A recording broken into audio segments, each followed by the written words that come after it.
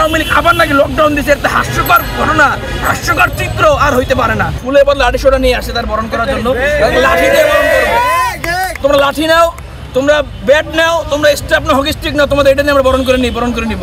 কই আসো, আসো, তোমাদের জন্য আমরা অপেক্ষা করতেছি। তোমাদের নেত্রী আজকে রায় দিবে, তোমাদের নেত্রীর রায়ের অপেক্ষায় আছি, তোমাদের অপেক্ষায় তোমরা কি করবো আজকে আমরা দেখবো।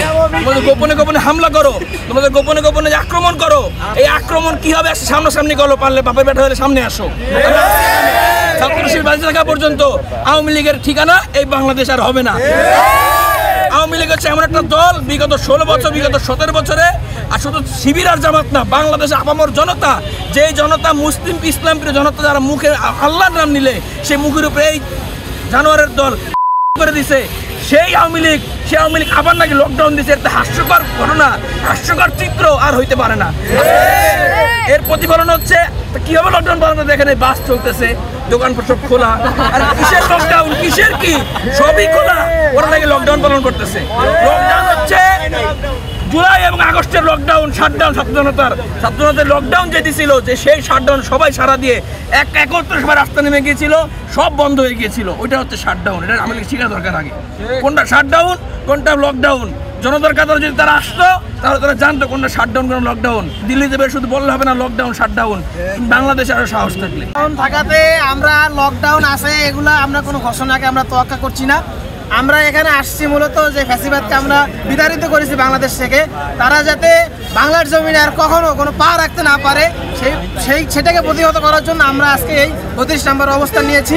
আমরা যারা ছাত্র শিবিরের জনশক্তির আছি, জামায়াত ইসলামীর যারা আছে, আমরা এখানে শক্তভাবে অবস্থান নিয়েছি যে আমরা আমাদের জুলাইয়ের যে চেতনা সেটাকে আমরা উজ্জীবিত রাখছি। এবং এখানে বলা যায় যে আমরা এখানে আনন্দ উল্লাসের সাথে এখানে আছি।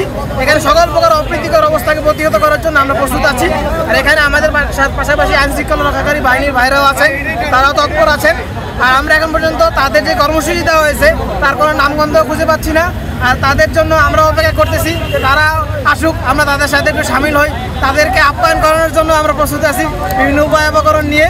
তো দেখা যাক কী হয়। আমরা এখন পর্যন্ত কারোরই যেমন সাড়া পাই নাই, আমরা আছি এখানে জনগণকে সাথে নিয়ে। ইনশাল্লাহ জুলাইয়ের যেই চেতনা সেটাকে ধারণ করে আমরা ইনশাল্লাহ বাংলাদেশে ন্যায় ইনসাফ প্রতিষ্ঠা করবো ইনশাল্লাহ। তাদের আপ্যায়ন করার জন্য যা যা দরকার হয় সেই ব্যবস্থাগুলো আছে, আমাদের নিজস্ব ব্যবস্থা আছে, আইন শৃঙ্খলা রক্ষাকারী বাহিনীদেরও আলাদা ব্যবস্থা আছে। সেটা হলো সেটা আপনারা দেখতে পারবেন যদি তারা আসে।